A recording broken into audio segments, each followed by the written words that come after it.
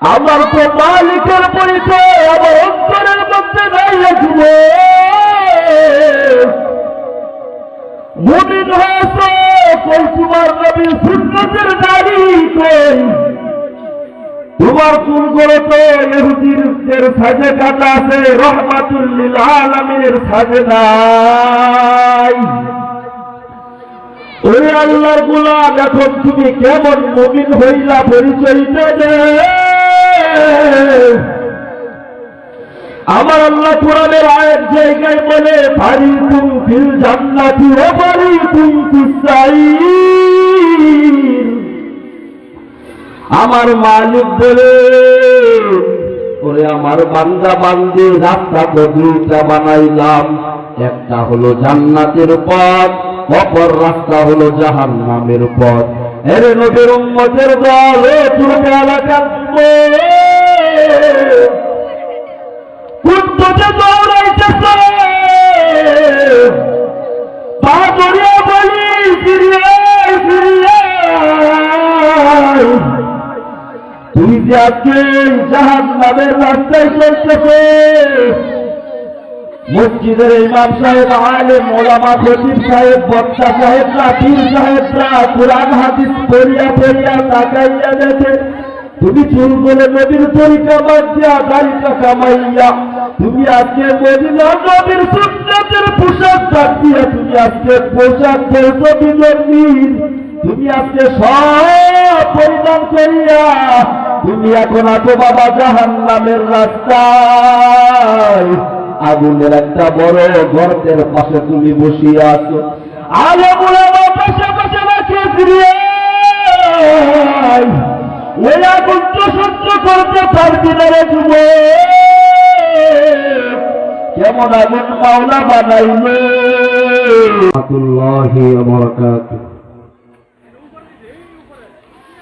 আলহামদুলিল্লাহ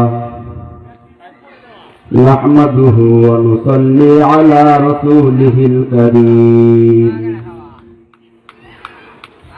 أما بعد فأعوذ بالله من الشيطان الرجيم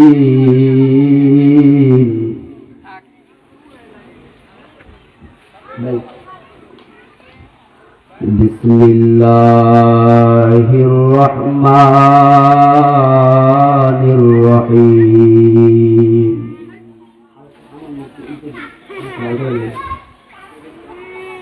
ولا تموتن إلا وأنتم مسلمون أو كما قال عليه وعلى آله وسلم لا طاعة لمخلوق في معصية الخالق صدق الله العظيم وصدق رسوله النبي الكريم ونحن على ذلك من الشاهدين والشاكرين والذاكرين والحمد لله رب العالمين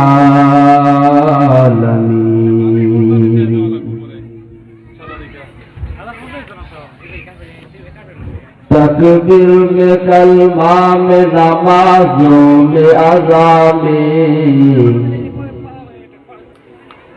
تکبیر میں کلمہ میں نمازوں میں اذان میں ہے نام الہی سے ملا نام محمد ہے نام الہی سے ملا نام محمد اتنا فی دار دنیا نا حسن اتنا فی دار عقبا نا حسن یا غیاث المستغیثین اهدنا افتخار بالعلوم والغنا ہر مرید دیکھ تو تیار ہے جو न मंगे उससे तू बेजार है।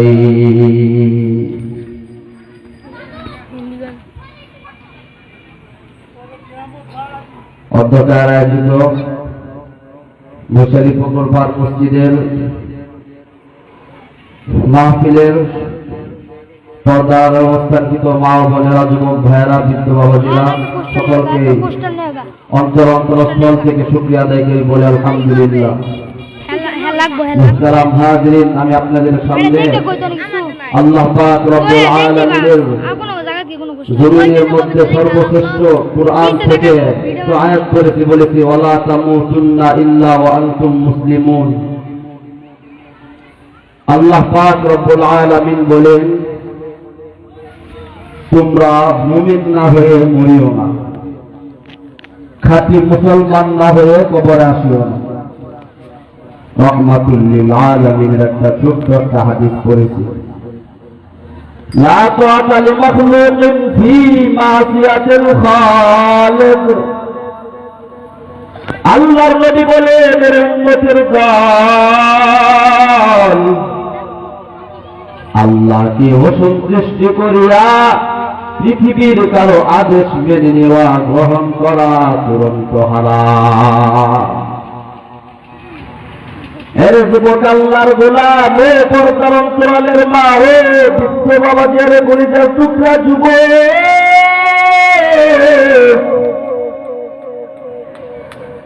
আমার আল্লাহ বলে, মুমিনের দল, ওয়ালা তামুতুন্না ইল্লা ওয়া আনতুম মুসলিমুন।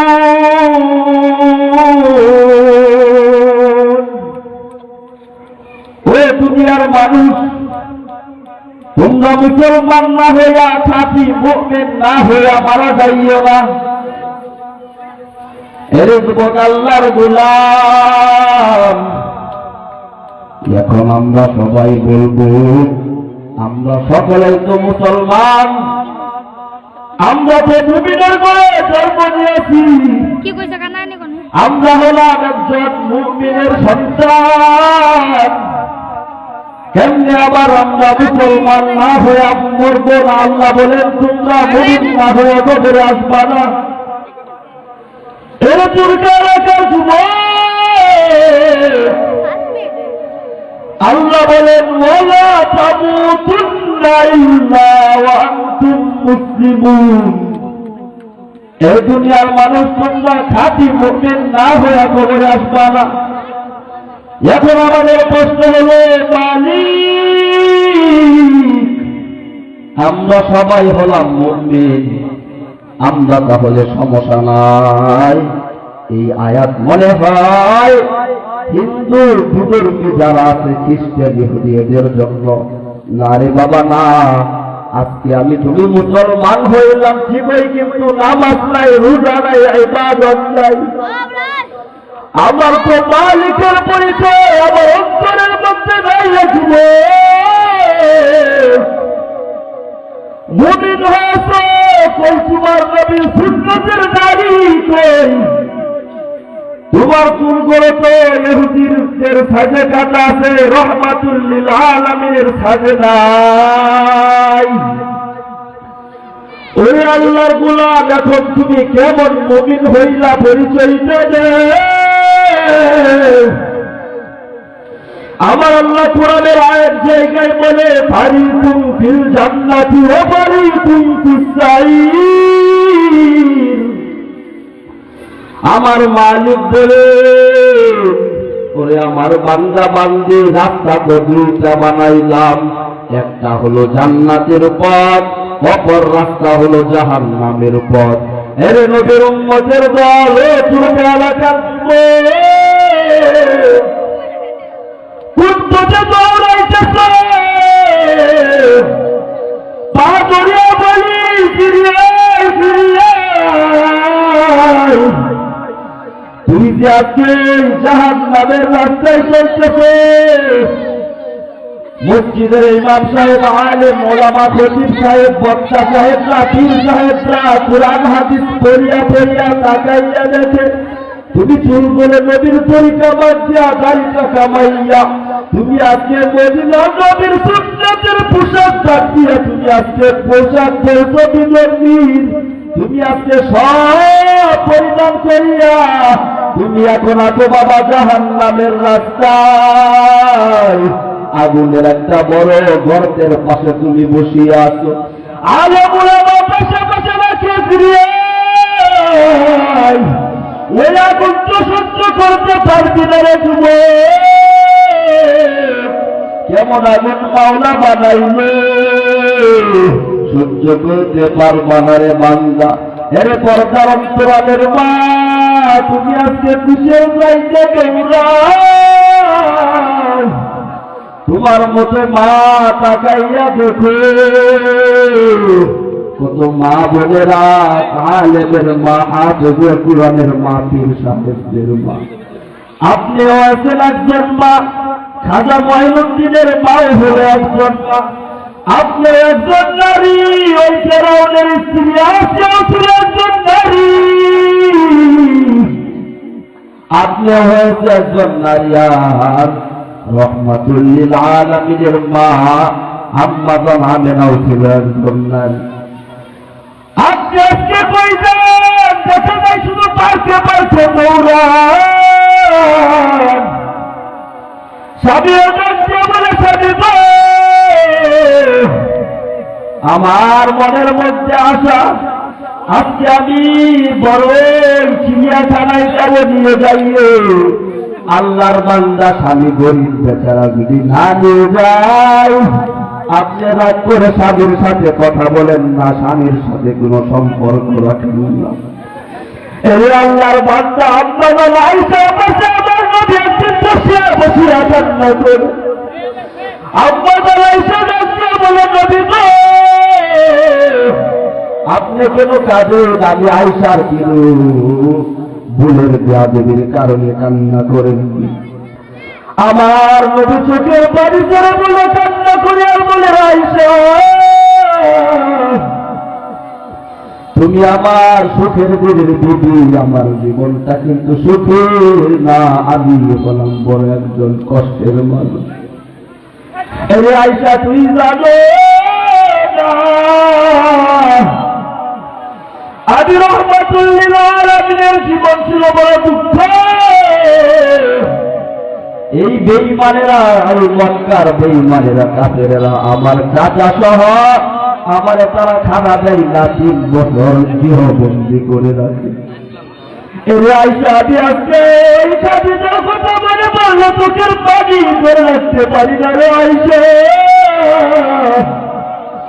ওই আয়েশা ভালো করে শুনে নে, খাদিজা কেমন খাদিজা, আমি রহমাতুল লিল আলামিন ওই বাইতুল্লাহর পাশে একটা গুহা আছে, হেরা গুহা, ওখানে একটা গর্ত আছে। গর্তের মধ্যে আমি নবী নবুয়ত প্রাপ্তির পূর্বে আল্লাহ তাআলার ধ্যানে যাইয়া যাইয়া আমি সময় কাটাইতাম। ওইখানে আমি যখন যাইতাম অনেক উঁচু পাহাড়, এখন তো সিঁড়ি আছে, আগে তো সিঁড়ি নাই। আজি সাপরা চাইলে দেখেন এখন কত সুন্দর ব্যবস্থা, কিন্তু না রে বাবা না, এখন তো সিঁড়ি আছে, আগে কোনো সিঁড়ি ছিল না। বলে আয়েশা ওই সময় খাদিজা মাঝে মাঝে দেখতাম আমি যখন চলিয়া যাইতাম, আমি যখন যাইতাম দেখতাম ওই আমি এক সপ্তাহ 5-6 দিন পর 3 দিন পর বাড়িতে ফিরে আইতাম, একসাথে খানা নিয়ে চলিয়া যাইতাম। মাঝে মাঝে তাকাইয়া দেখতাম খাদিজা আমার কলির বিবি, আমি কলিজা থেকে মহাব্বত করতাম ওই খাদিজা। মাঝে মাঝে দেখতাম মহিলা মানুষ আমার জন্য নাস্তা বানাইয়া এত দই পাহাড়ের মধ্যে হাজির। আমার যখন বড় বড় বেঈমানেরা 3 বছর আমার আটকাইয়া রাখলো খানা দেয় নাই, আগে খাদিজা দেখতাম আমার সামনে যাইয়া গাছের পাতা খেয়ে জীবন চালাইতো, আমার সাথে কত কষ্ট করিত। অথচ ওই মক্কার মধ্যে সমস্ত ধনী মহিলা এবং পুরুষদের মধ্যে অন্যতম ছিল ওই খাদিজা। এর নবী উম্মতের দল করুণার অন্তরালের মা ও বৃদ্ধ বাবাজি ও যুব এই দুর্গার যুবক আল্লাহর দরবারে তওবা করে ওরা আগুন সহ্য করতে পারবে না, কেবল আগুন মাওলা বানাইছে। আল্লাহ পাক বলেন কোরআনের মধ্যে নারুল্লাহিল মুকাদ্দাস, ওই জাহান্নামে আগুন কেমন আগুন, শরীরের কোন জায়গায় লাগা মাত্র কলিজা পর্যন্ত ভুনা হয়ে যাবে। রহমাতুল লিল আলামিন বলেন উম্মতের দল কবরে যাওয়ার আগে 7টা নেক আমল করিয়া তারপর কবরে যাইও। গুনাহগারের কবরের দুই পার্শ্বের মাটির চাপ একটা নয়, দুইটা নয়, 70 থেকে 99টা সাপ সহ্য করতে পারবা না। এর আল্লাহর বান্দা, আজকে জমিন থেকে 9 কোটি 30 লক্ষ মাইল উপরে সূর্য, আর এই সূর্য এক সময় আসবে গুনাহগারের মাথার উপর। কি করিয়া সহ্য করবি রে যুবক? ওই আগুন সহ্য করতে পারবে